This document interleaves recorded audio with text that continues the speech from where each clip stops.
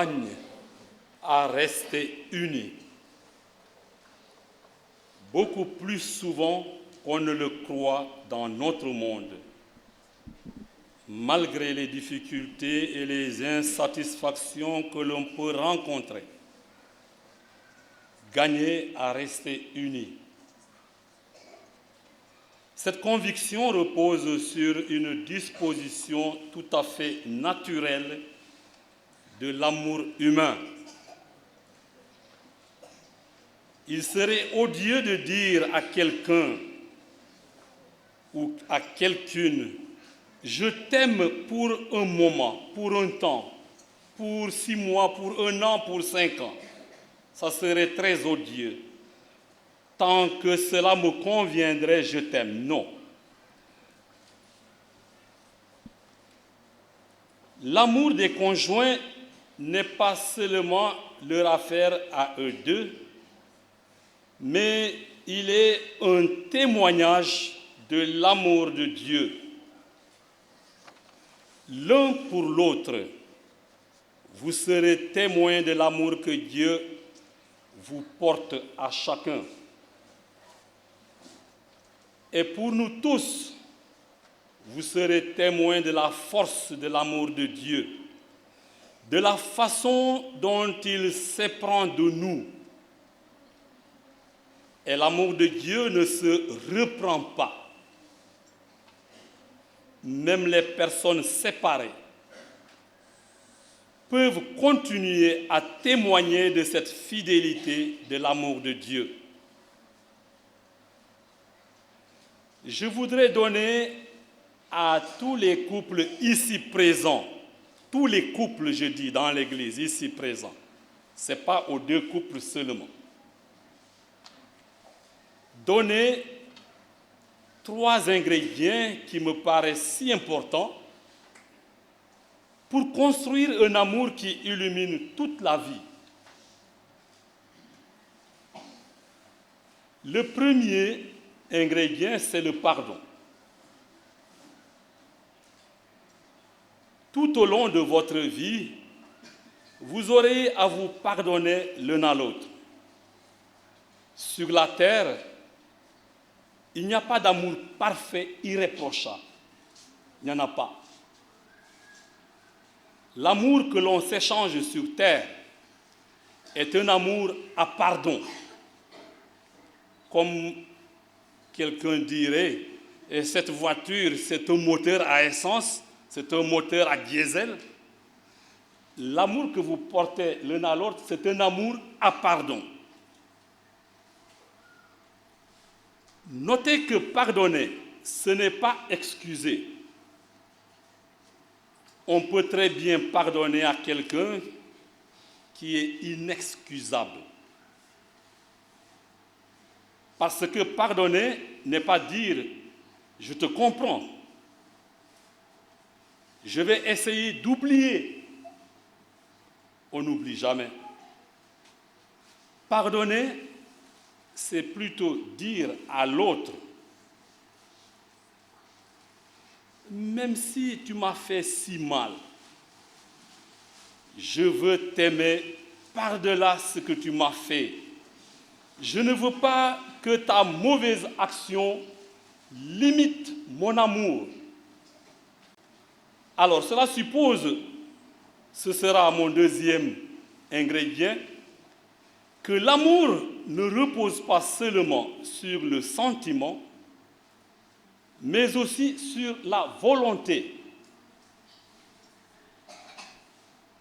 On ne le sait plus dans ce monde.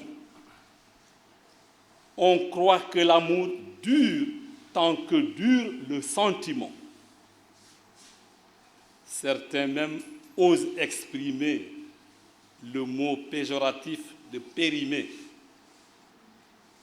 L'amour n'est pas un sentiment.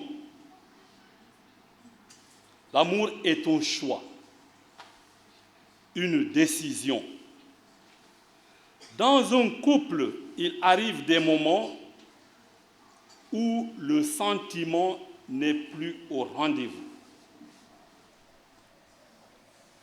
Mais on peut encore choisir d'ouvrir son cœur à l'autre, de le prendre dans son cœur, de vouloir lui être uni, non par nécessité, non par peur d'être seul, non par soumission, mais par choix.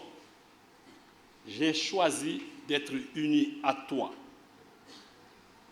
Lorsqu'on fait cela, un sentiment nouveau commence à naître, un sentiment plus profond, un attachement qui donne davantage la vie. Et puis, en troisième lieu, je vous propose de vivre ce troisième ingrédient, de vivre souvent la reconnaissance, le merci. Il n'y a rien qui fait grandir plus l'amour que la reconnaissance, comme il n'y a rien qui l'abîme plus que l'ingratitude. Passez du temps à vous émerveiller de ce que l'autre est et de ce qu'il fait pour vous. Et même lorsque sera souffrant et tout abîmé, portez encore sur lui ce regard d'émerveillement qui le réchauffera et qui est celui de Dieu sur chacun de nous. La première chose dont vous pouvez être reconnaissant, c'est que l'autre ait bien voulu partager votre vie. Aujourd'hui, vous l'avez ressenti. Chacun de vous a voulu partager la vie de l'autre. Alors dites-lui souvent, merci d'être là à vos côtés. Ne vous habituez jamais à cela. Il faut le redire sans cesse. Et dites-lui merci pour tant de choses. À chacun de trouver les gestes, les occasions nombreuses pour dire à l'autre merci. C'est ainsi que votre amour grandira et se réveillera.